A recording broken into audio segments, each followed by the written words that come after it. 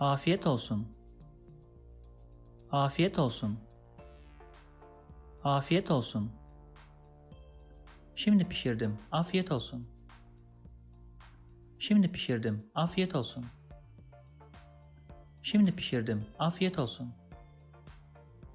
Afiyet olsun. Hepsini bitir. Afiyet olsun. Hepsini bitir. Afiyet olsun. Hepsini bitir. Afiyet olsun. Kendi ellerimle yaptım. Afiyet olsun. Kendi ellerimle yaptım. Afiyet olsun. Kendi ellerimle yaptım.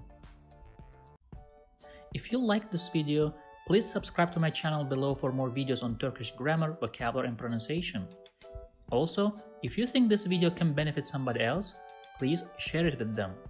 Last, if you have any comment or request, please provide your feedback in the comment section below and I'll do my best to respond as soon as possible.